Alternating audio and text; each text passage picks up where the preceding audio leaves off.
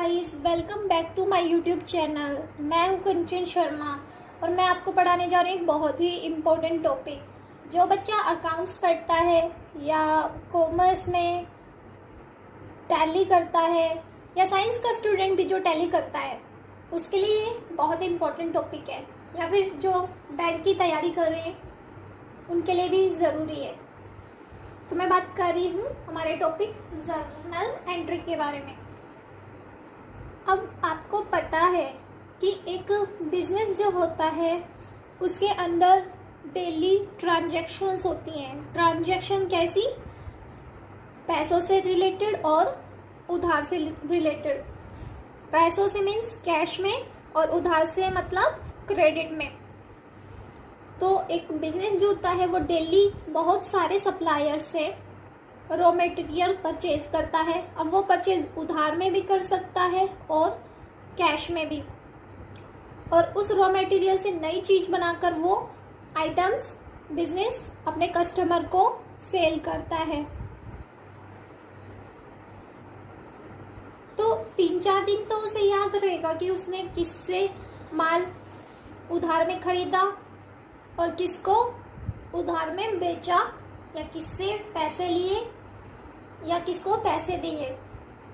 लेकिन आफ्टर 3 और 4 days he will forget, वो भूल जाएगा कि उसको किसे पैसे देने हैं, किसे पैसे लेने हैं, किस सप्लायर की पेमेंट अभी बाकी है। तो इन सब से बचने के लिए क्या किया जाता है, एक बुक्स के अंदर वो सारी ट्रांजैक्शन रिकॉर्ड की जाती है, ताकि जब उनका मन करे तो वो बुक्स खोल के उस ट्रांजैक्शन को देख लें। तो जिस बुक्स में वो ट्रांजैक्शन रिकॉर्ड की जाती हैं उस बुक्स को बोलते हैं जर्नल। बिजनेस से रिलेटेड जितने भी ट्रांजैक्शंस बुक में रिकॉर्ड की जाएंगी वो होती हैं जर्नल एंट्रीज। एक बार हम इसकी डेफिनेशन पढ़ लेते हैं। तो जर्नल एंट्री की डेफिनेशन है, all transactions related to any business firstly recorded in that books are called journal entries. It is the base of accounting.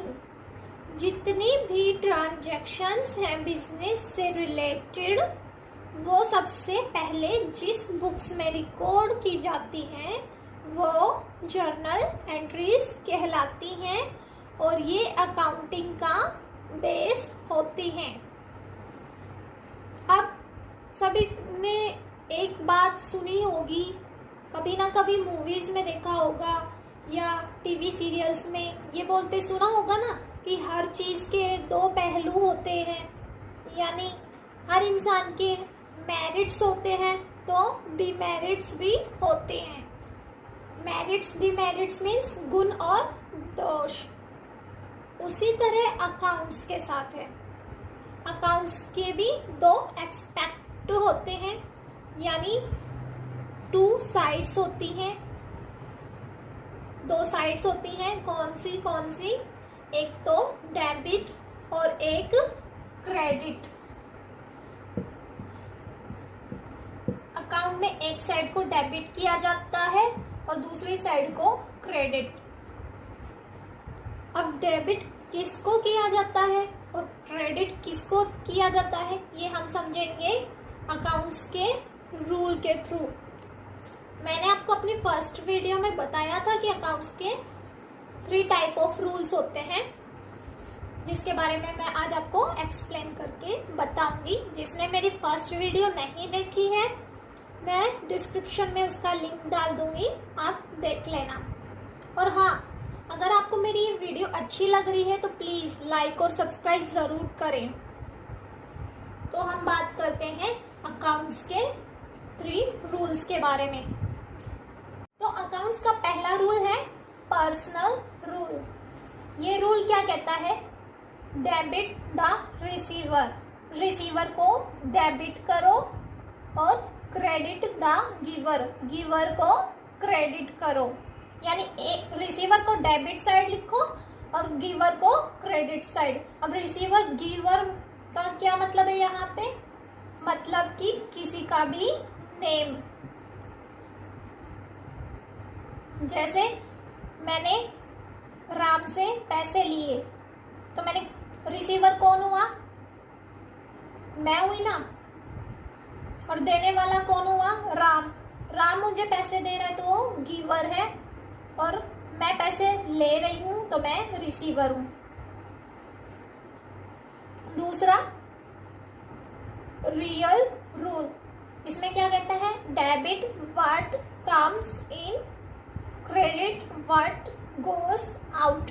मतलब जो आता है उसे डेबिट करो और जो जाता है उसे क्रेडिट करो। आने जाने का मतलब किस चीज को डेबिट क्रेडिट करने की बात करा है? कैश को। अगर पैसा आ रहा है तो उसे डेबिट करो, और अगर पैसा जा रहा है तो उसे क्रेडिट करो। जैसे मैंने किसी से पैसे लिए तो मेरे पास पैसे आ रहे हैं तो मैं उसको डेबिट कर दूंगी। अगर मैं किसी को पैसे दे रही हूं तो मैं उसको क्रेडिट कर दूंगी, क्योंकि मेरे पास से पैसा जा रहा है ना। तो ये रूल यही कहता है कि अगर पैसा आता है तो उसको डेबिट करो, अगर जाता है तो उसको क्रेडिट। अब तीसरा रूल क्या कह रहा है? Nominal rule, debit all expenses and losses, credit all income and gain. जितने भी एक्सपेंसेस हैं, मतलब जितने भी खर्चे हैं और लॉस है, उसको डेबिट दिखाओ, और जितने भी इनकम है या प्रॉफिट है उसको क्रेडिट शो करो, क्रेडिट में लिखो। मतलब हमने कोई बिल की पेमेंट की है तो बिल की पेमेंट कर रहे हैं तो हमारा एक खर्चा है ना, उसके लिए हम पैसे दे रहे हैं हमारे पास, तो वो बिल क्या है? हमारा एक्सपेंस हुआ ना, तो उसको हम डेबिट साइड में दिखाएंगे। अगर हमें सैलरी मिल रही है तो ये हमारी इनकम है ना, तो हम सैलरी को क्रेडिट में दिखाएंगे। तो ये तीनों रूल्स हैं जो जर्नल एंट्री बनाते टाइम बहुत यूज किए जाते हैं। अब जर्नल एंट्री बनाने के लिए एक चीज और की जाती है, क्या? परफॉर्मा बनाया जाता है। कैसा परफॉर्मा? मैं दिखाती हूँ।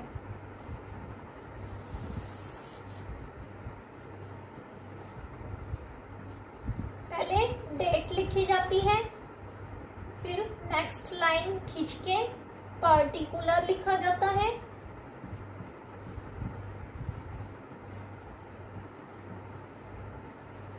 फिर नेक्स्ट लाइन में LF लिखा जाता है। LF में मतलब लेजर फॉलो। फिर उसके बाद लिखा जाता है डेबिट, और एक दूसरी साइड लिखा जाता है क्रेडिट। फिर यहाँ जो एंट्रियां हम बनाते हैं वो हम यहाँ पे लिखते हैं, और उनकी अमाउंट, डेबिट अमाउंट को इधर लिखेंगे और क्रेडिट अमाउंट को इधर। और डेट क्यों लिखी जाती है? मतलब जिस भी डेट को ट्रांजैक्शन कर रहे हैं वो डेट यहाँ पर डाली जाएगी। अगर हम 1 मार्च को ट्रांजैक्शन करें तो 1 मार्च लिखेंगे, 2 मार्च को कर रहे हैं तो नीचे 2 मार्च लिखेंगे। ऐसे डेट लिखेंगे जिस भी डेट को हम ट्रांजैक्शन करेंगे। अब LF का मतलब यहाँ है लेजर फॉलो, मतलब पेज नंबर। हम ये एंट्रीज बनाने के बाद इन एंट्रीज का हम लेजर बनाते हैं। लेजर क्या होता है वो हम आने वाले टॉपिक में समझाएंगे, आने वाली वीडियोस में समझाएंगे। आप बस अभी इतना समझ लीजिए, इन एंट्रीज का जो हम बनाने वाले हैं इनका एक लेजर तैयार किया जाता है, और वो लेजर जिस पेज पे बनाया जाता है उसके नंबर यहाँ लिखे जाते हैं। अब हम बात करेंगे जर्नल एंट्री के कुछ बेसिस की, जिसके तौर पे आप एंट्रियां आसानी से बना सकेंगे। चलिए बात करते हैं एक्सपेंस के बारे में। एक्सपेंस क्या होता है?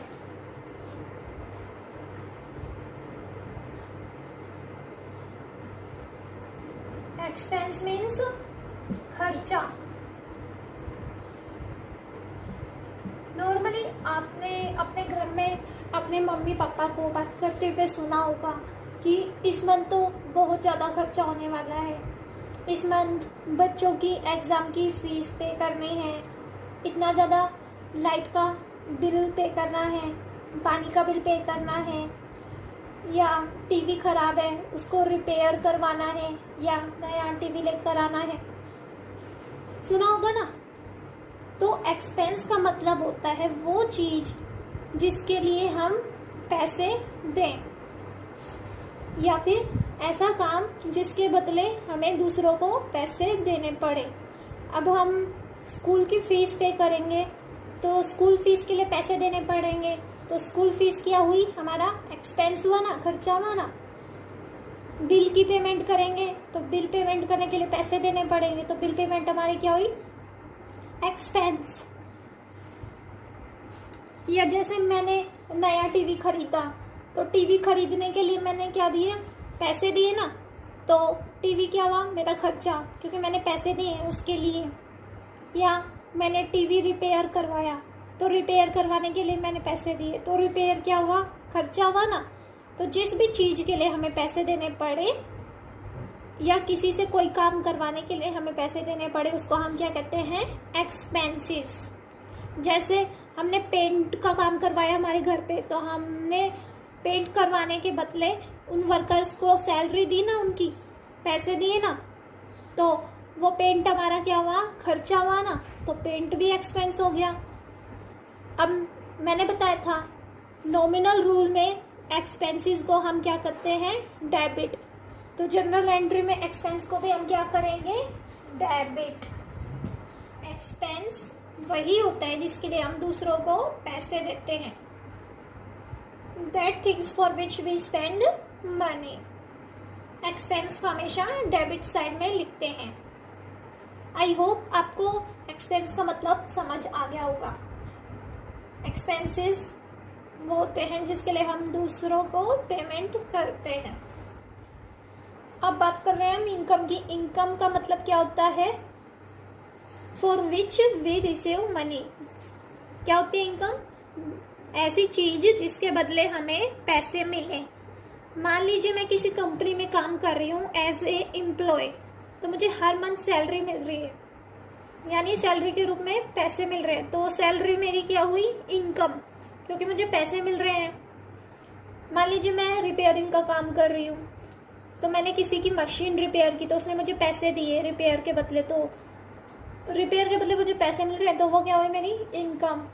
या हमें कोई बोनस मिला कंपनी में, तो बोनस के रूप में पैसे मिले, तो बोनस हमारे क्या हुई, इनकम। तो सिंपल सी बात है, जिस भी चीज के बदले हमें पैसे मिले वो हमारी इनकम है, और जिस चीज के बदले हम पैसे दें वो हमारे एक्सपेंसेस हैं। एक्सपेंसेस का हमेशा डेबिट बैलेंस होता है और इनकम का हमेशा क्रेडिट बैलेंस होता है। तो मैंने बताया था एक्सपेंसेस और इनकम क्या होती है। अब इनकी एंट्री कैसे करते हैं, चलो देखते हैं। तो पहला क्या है, रेंट पेड ₹1000। रेंट पे किया, तो ये हमारा एक्सपेंस है या इनकम, ये हमारा एक्सपेंस होगा या इनकम, ये हमारा एक्सपेंस होगा। कैसे, रेंट हमारा एक्सपेंस कैसे होगा, क्योंकि रेंट की हम पेमेंट कर रहे हैं, और जिस चीज के लिए पेमेंट करें वो हमारा एक्सपेंस है। अब रेंट एक्सपेंस है, तो एक्सपेंस कौन से रूल में आता है, let's see.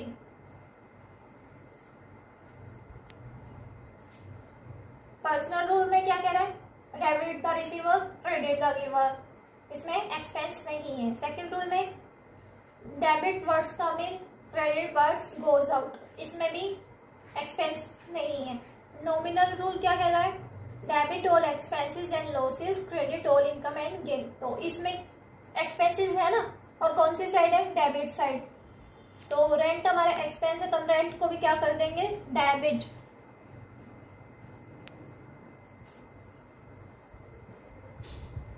Rent account, rent को हमने क्या कर दिया, डेबिट। और डेबिट चीजों के साथ अकाउंट लिखा जाता है। अब क्रेडिट क्या करना है, रेंट पे किया तो पैसा गया ना, तो जब भी पैसा आता है या हमारे पैसा जाता है तो वो चीज रियल रूल में आती है। तो रियल रूल क्या कह रहा है, डेबिट वर्ड्स कम इन, क्रेडिट वर्ड्स गोज आउट। जो चीज आ रही है उसको डेबिट करो और जो चीज आ रही है उसको क्रेडिट करो। अब हमने रेंट दिया है तो पैसे गए हैं ना, तो पैसों को हम क्या कर देंगे, क्रेडिट। तो कैश को हम क्या कर देंगे, क्रेडिट। क्रेडिट में कोई भी चीज क्रेडिट करने से पहले टू का यूज। तो rent account debit to cash. Rent को हमने डेबिट इसलिए किया क्योंकि रेंट हमारा खर्चा था, हमने रेंट के लिए पैसे दिए हैं, तो एक्सपेंस हमारा डेबिट होता है। और हमारे पास से पैसे गए हैं तो हमने रियल रूल के अकॉर्डिंग उसको क्रेडिट किया है। अब बात करें सेकंड पॉइंट की। सेकंड पॉइंट क्या कह रहा है, रेंट रिसीव्ड ₹1000। अब ये हमारा एक्सपेंस है या इनकम, ये हमारा इनकम है। कैसे, क्योंकि अब हमें रेंट मिल रहा है, मतलब पैसे मिल रहे हैं। जब भी किसी चीज के बदले पैसे मिले तो वो हमारी इनकम होती है। तो रेंट हमारा यहाँ पे इनकम है। ऊपर वाले में तो हमें रेंट देना पड़ रहा था, अब हम यहाँ पे रेंट ले रहे हैं, तो ले रहे हैं तो हमारी तो ये इनकम है। तो नॉमिनल रूल के अकॉर्डिंग जितनी भी इनकम होती है उन सबको क्या किया जाता है, क्रेडिट। तो यहाँ पे हम रेंट को क्या कर देंगे, क्रेडिट। और पैसे मिल रहे हैं हमें, यानी हमारे पास पैसे आ रहे हैं, तो पैसों की बात होती है रियल रूल में। और जब पैसे आते हैं तो उसको डेबिट करते हैं, तो हम कैश को डेबिट कर देंगे और रेंट को क्रेडिट। तो cash account debit to rent.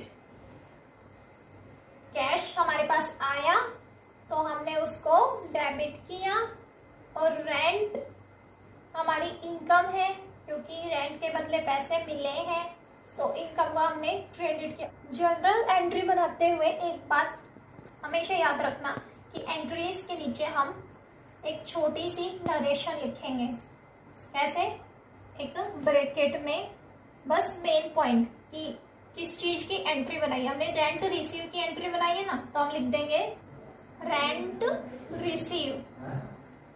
और ये नरेशन हमें हर एंट्री के नीचे बनानी है। अब मान लीजिए हमें इसकी एंट्री करनी है, फर्नीचर परचेज फ्रॉम एक्स 4000। अब इसमें कहीं भी कैश नहीं दिया हुआ कि हमने ये फर्नीचर कैश में परचेज किया है, ये कहीं भी नहीं लिखा। इनफैक्ट यहाँ पे नाम दिया हुआ है। जब भी कोई चीज़ हम खरीदे और कैश नहीं दिया हो तो इसका मतलब वो चीज़ हमने उधार में खरीदी है।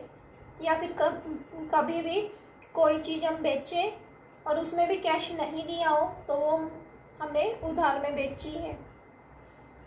तब अब हमने उधार में खरीदी है तो इसका मतलब ना तो कैश आ रहा है ना कैश जा रहा है।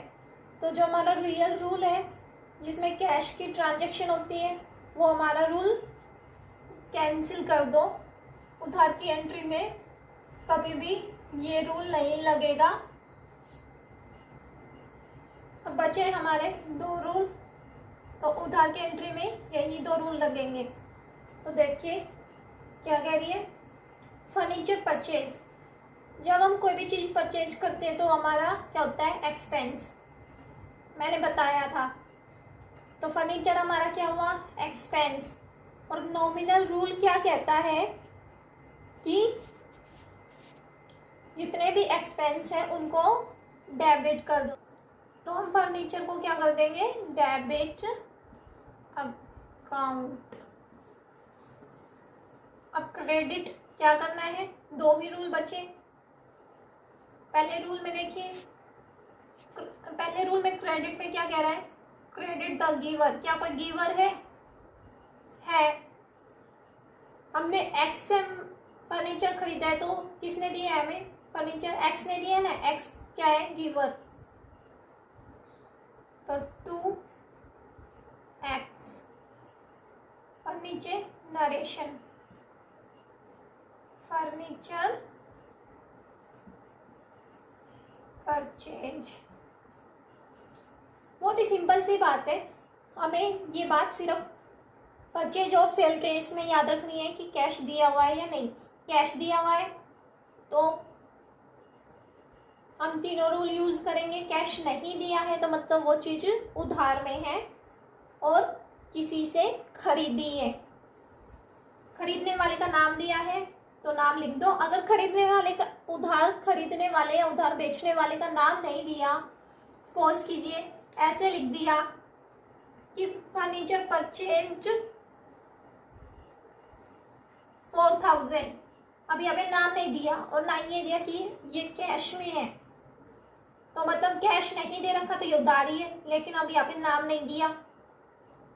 जब नाम नहीं देते तो हम उसको क्रेडिटर लिख देते हैं, तो हम नाम की जगह क्रेडिटर लिख देंगे। अब परचेज किया है तो ऐसे एंट्री हुई। अगर फर्नीचर सेल करते तो, उधार में बेचते तो, अब बेचा है तो ये फर्नीचर हमारी इनकम हुई, तो इनकम को नॉमिनल रूल के अकॉर्डिंग क्या कर देते हैं, क्रेडिट, और डेबिट क्या कर देते हैं, जिसको बेचा है, जो रिसीव कर रहा है हमारी चीज को। तो नाम नहीं दिया हुआ, तो मैंने बताया था ना, नाम नहीं दिया हुआ उधार खरीदने या बेचने वाले का तो उसको क्रेडिटर कर देंगे। तो अब रिसीव कर रहा है ना, वो हमने बेचा है तो वो रिसीव कर रहा है ना, तो पर्सनल रूल क्या कह रहा है, रिसीवर को डेबिट करो और गिवर को क्रेडिट। तो यहाँ पे हम जिसे बेच रहे हैं वो हमारा क्या है, रिसीवर। नाम दिया है तो नाम लिख दो XYZ कुछ भी, और नाम नहीं दिया कि किसने रिसीव किया है तो क्रेडिटर।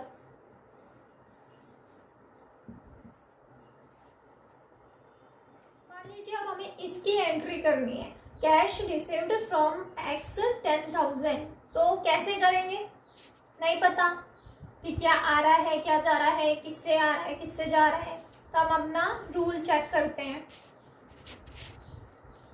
तो पहले रूल में क्या कह रहा है, डेबिट द रिसीवर। पहले रूल का डेबिट में क्या कह रहा है कि ये चेक करो कोई रिसीवर है। दूसरे रूल में डेबिट में क्या कह रहा है, ये चेक करो क्या कुछ आ रहा है।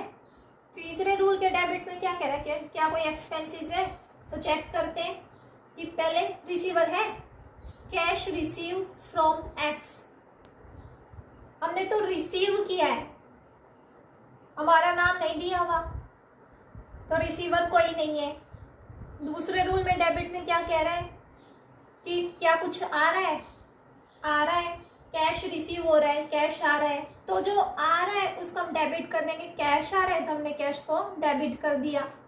अब देखते हैं कि क्रेडिट में क्या आएगा, तो क्रेडिट के तीनों रूल चेक करते हैं।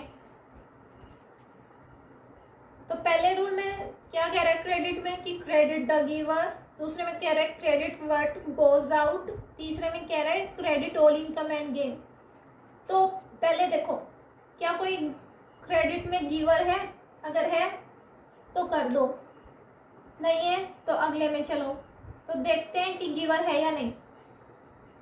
कैश रिसीव्ड फ्रॉम X, किससे रिसीव हुआ है, X से। कौन कैश दे रहा है हमें, हमें कैश मिल रहा है लेकिन दे कौन रहा है, X। तो X से हमें पैसे मिल रहे हैं तो हमारा क्या है, गिवर, वो पैसे दे रहा है तो गिवर है। पर्सनल रूल में क्या कहता है कि क्रेडिट करो गिवर को, तो X को हम क्रेडिट कर देंगे। अगर ऐसे होता है कैश पेड टू X, तो कैसे करते हैं, अब हमें कैश को पेमेंट कर रहे हैं, इससे पहले तो हमें कैश रिसीव हो रहा था, अब हम कैश को दे रहे हैं। जब कैश की बात होती है तो रियल रूल चेक किया जाता है। तो देखिए रियल रूल में क्या कहते हैं कि डेबिट वर्ड कम इन और क्रेडिट वर्ड गोज आउट। जो चीज़ आ रही है उसको डेबिट करो, जो चीज़ जा रही है उसको क्रेडिट करो। तो अब हमारा कैश जा रहा है ना, अब कैश दे रहे हैं तो कैश जा रहा है, तो कैश क्या हो जाएगा, क्रेडिट। तो टू कैश। अब डेबिट में क्या आएगा, नेम दिया हुआ है तो पर्सनल रूल चेक करो, डेबिट द रिसीवर। डेबिट में क्या कह रहे हैं, रिसीवर है कोई, तो है कैश किसको मिल रहा है, X को, तो X क्या हुआ, रिसीवर, तो X को डेबिट कर दो। X account debit to cash, तो X को डेबिट कर दिया तो X के डेबिट में लिख दी ये अमाउंट 10,000 और कैश के क्रेडिट में लिख दी 10,000 क्योंकि ये क्रेडिट है। या डेबिट था तो इसलिए डेबिट में इसकी अमाउंट गई, या क्रेडिट था तो इसलिए क्रेडिट के इसकी अमाउंट गई। अब इसके नीचे हम छोटी सी नरेशन लिख देंगे, कैश पेड। ये नरेशन बहुत ही ज़रूरी है लिखना, अगर आप एग्जाम्स में नहीं लिख के आओगे तो आपके मार्क्स कटेंगे। होप गाइस आपको ये अच्छे से समझ आया होगा। तो आज की हमारी वीडियो में इतना ही। आगे की एंट्रीज हम अपने नेक्स्ट पार्ट में करेंगे, तो प्लीज़ हमारे चैनल को सब्सक्राइब कर दीजिए और बेल का बटन दबा दीजिए ताकि हमारी वीडियोस के नोटिफिकेशन आपको टाइम टू टाइम मिलते रहें।